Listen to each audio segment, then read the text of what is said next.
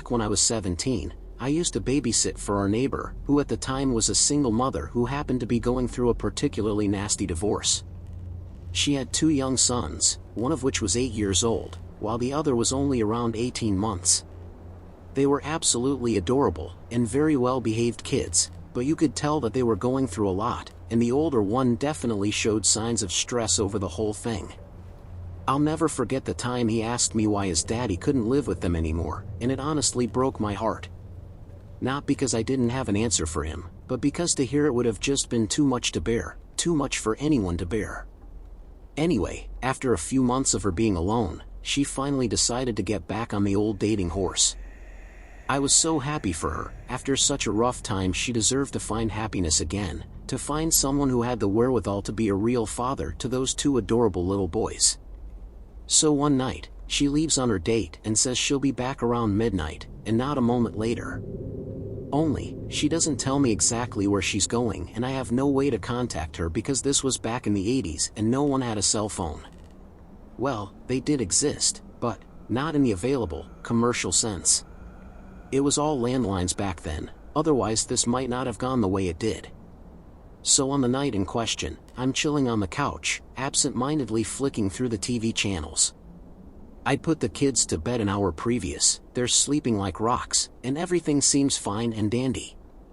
When suddenly, there's a knock at the front door. I wasn't expecting anyone, but then again, it wasn't my house, so I felt kind of obligated to answer and take a message or whatever. Only, as I start walking down the hallway towards the front door, whoever is on the other side starts banging against it and cursing up a storm. "Cheryl, I know you're in there. Open the goddamn door." Not what was exactly said, but I'm not keen on repeating some of the words they used. It was really, really harsh. So I'm just frozen, looking at the door in total fright, when the oldest boy came flying out of his room and down the stairs, running to the door and yelling, "Daddy's home." I grab him and pull him away from the door. I had no idea what this guy's intentions were, and after all, they were probably divorced for a damned good reason. But I almost fainted with fear when I heard the words, "I got my shotgun in my truck, and tonight, I'm gonna teach you a goddamn lesson you'll never forget." He screams this, then I hear his footsteps moving up the gravel path. It appeared he wasn't bluffing at all, and if that was the case, then our lives were clearly in danger. When he gets back, he's banging on the door and threatening to start shooting through it if no one opens it. I grab both kids and run out the back door and across the street to my house, where my mom calls the police. When the police arrive a few minutes later, they actually find the ex-husband taking a massive dump on Cheryl's porch. He gets arrested and I wait with the kids at my house for their mom to show up. Everyone was in tears by that point, even my mom, who is normally a pretty reserved woman. I mean, maybe he was just having a manic episode and no one was in real danger, but honestly, it was one of the most terrifying nights of my entire life. The worst kid I ever babysat for was named Rory. This all took place about 14 years ago now, in a small town called Haddington, just outside of Edinburgh in Scotland. It's a nice place in general, but people there can be pretty, well, weird. I'd have to be to volunteer myself for babysitting jobs in a small town like that, where suspicion and malice is rife, and there's a dark secret being hidden in almost every household there is. So, anyway, I'd always been sort of aware of Rory's existence. I'd gone to school with his older brother Struan for a few years, who was a similarly creepy little person, but I'd never really encountered Rory on a personal level. That was all about to change. After I put the notice up in the local off-license that I was offering sitting services, I grew to dread it when my phone rang. I mean, it was mostly normal jobs, for normal families, but every so often I'd get a call and I'd just know it was going to be a bad one. And when I got the call from Rory's mom, I knew it was going to be rough. But I couldn't just turn down the job. If you get a reputation for being flaky and unreliable, the phone calls, and the money, quickly dry up. So, once the family had promised me my usual rate, the job was on. It seemed pretty simple: Friday night, 6 p.m. until 10 p.m., with money for a takeaway delivery included. I arrived a few minutes early, just to kind of get myself orientated in the house. It's super important to know where the basics are, but also where stuff like plasters and other first aid supplies are located just in case the kid has an accident. Rory's parents seemed pretty friendly, but the parents are always friendly when you're giving them a night off from parenting. But no matter how friendly and chirpy they were, you could kinda tell that they weren't exactly the most normal of families. So just before the parents leave for whatever event they were going to, they introduced me to Rory. And the moment I lean down to say hi, I can tell straight away he is not keen on the evening's proceedings. The first words out of his mouth are, "I don't like her." He looks at me, says nothing, then looks at his mom and dad and says straight up, "I don't like her." I just sort of laughed awkwardly while his parents reassured him that I was there to look after him, and that they'd be back before he knew it. But still the wee laddie glared at me, scowled, then ran upstairs to his room before slamming the door. I'd be lying if I said that I hadn't faced that kind of hostility before, but it's also a huge buzz to win the kid over, to go from not wanting me there, to not wanting me to leave. So Rory's parents leave, telling me he's got a microwavable meal in the fridge that I'm to heat up when he gets hungry. But I decide to employ my primary winning over tactic, walking to the bottom of the stairs and calling up, "Rory, I'm gonna order a pizza, you can have some if you want. Just come downstairs whenever you're ready now." This usually has a shy, moody kid smiling and warming up to me. But not Rory, he didn't make so much as a peep. I mean, if I'm honest, there was a moment that I thought he might have climbed out of his bedroom window or something. I'm serious. That never, ever happens when you offer pizza. So I go up, creep towards his room, and I'm about to knock when the door swings open, and the little guy is stood there, fury in his eyes while he screeches, "Get away from my bedroom," before slamming the door in my face. It scared the absolute shite out of me, so I just went downstairs, and hoped the night would be over as quickly as possible. So since Rory didn't want any pizza, I ordered an Indian instead. The delivery driver arrives, I get my food, and I'm sitting there eating it on the couch when I hear little footsteps coming down the stairs. Rory appears in the doorway, and I ask if he's hungry yet. He doesn't say a thing, not for a good minute, so I just kinda smile and carry on eating my chicken korma. "Do you have a boyfriend?" he suddenly asks. I nearly spat a load of rice out, just like this involuntary awkward laughter rising up from my throat. I mean, I literally couldn't believe he'd just asked me something like that. Of all the questions to make a babysitter feel awkward as hell, this tops the list. I just reply "Yes, I do actually, he's lovely and he lives just around the corner." A lie, of course. I was painfully single at the time, but anything to deter the little brat. As expected, little Rory does not take this well, then sort of marches off into the kitchen. I suspect he's after his food, but I'd been given strict instructions not to let him mess around with the microwave, or let him try to prepare any hot food. He wasn't quite tall enough to reach the countertop yet, and he was blatantly at risk of scalding himself with the hot food. Only when I follow him into the kitchen to politely tell him that I didn't mind making his food for him, I see him climbing onto a chair that he'd pushed towards a countertop.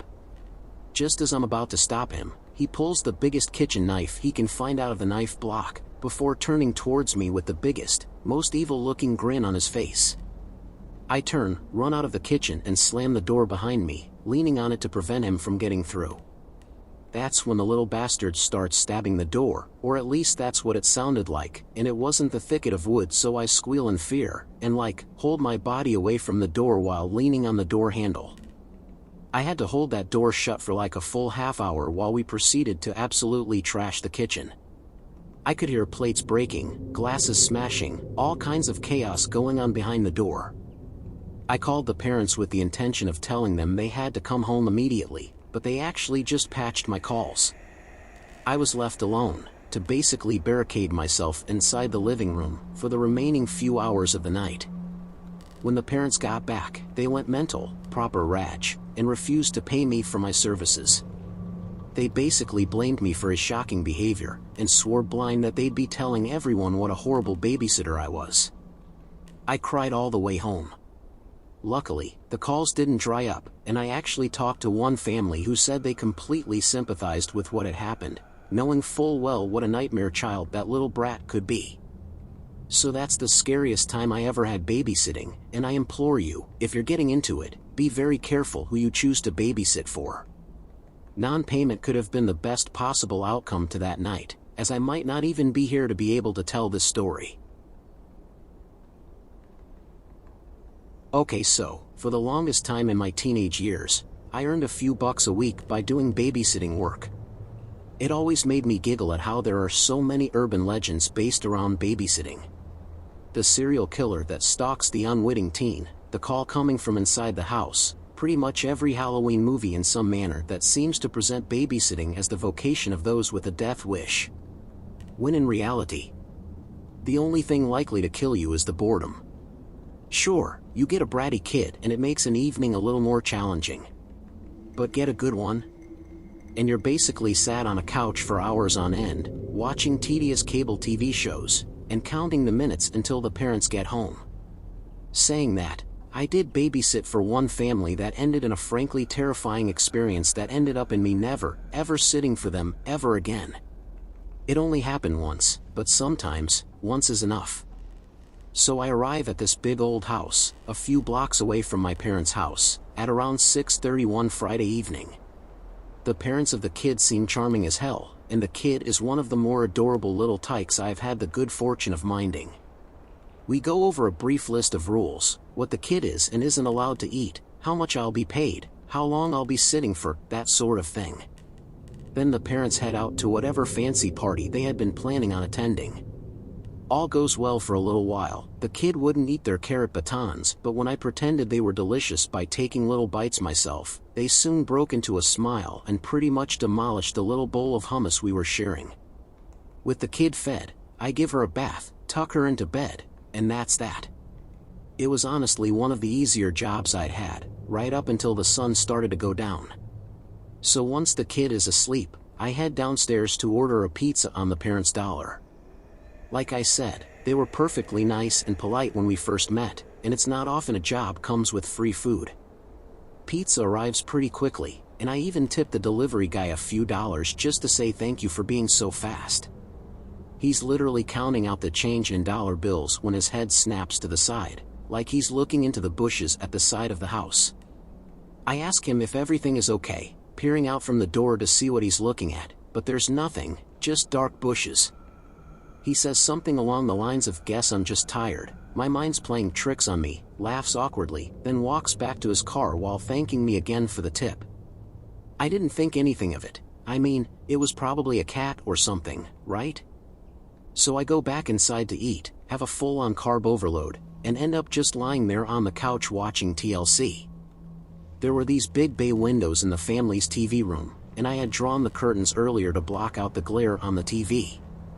Only, I hadn't drawn them all the way, and there was a slight crack in the curtains that allowed me to see out into the dark front yard.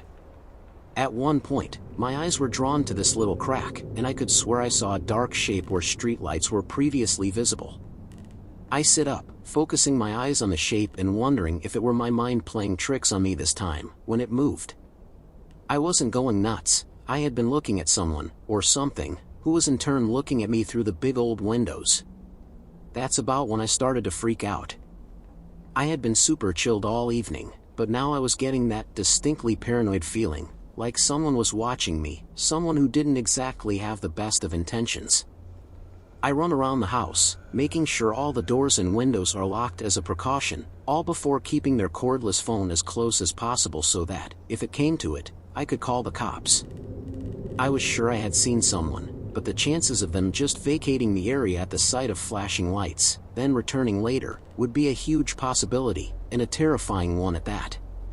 So I decided to shoot my shot only when it would be absolutely necessary. Appearing to waste police time would not be doing me any favors.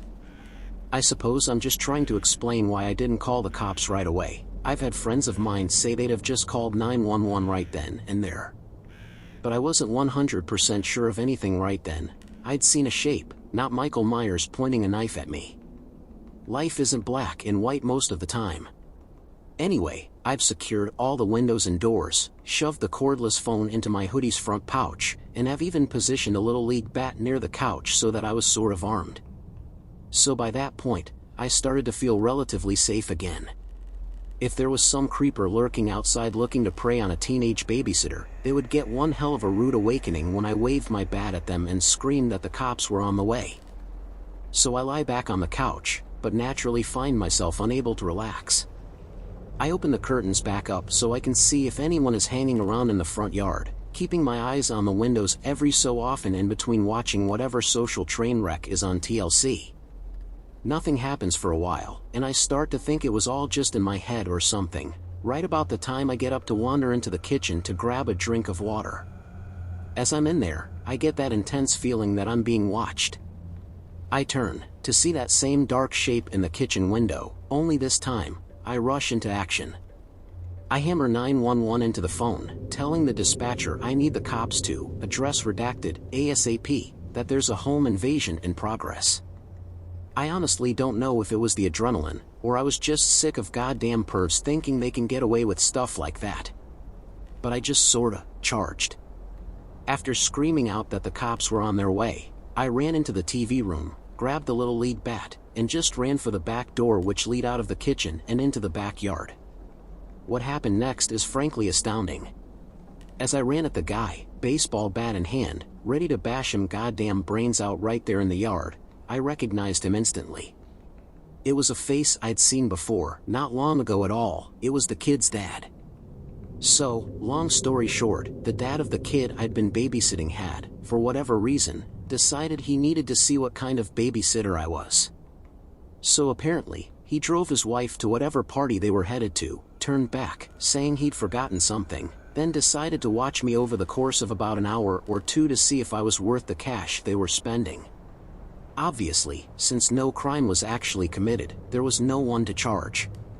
The dad offered me a sincere apology, even offered me double the cash just to finish the night up, but I refused. No amount of money could have persuaded me to stay. Needless to say, I was very selective with who I babysat for after that.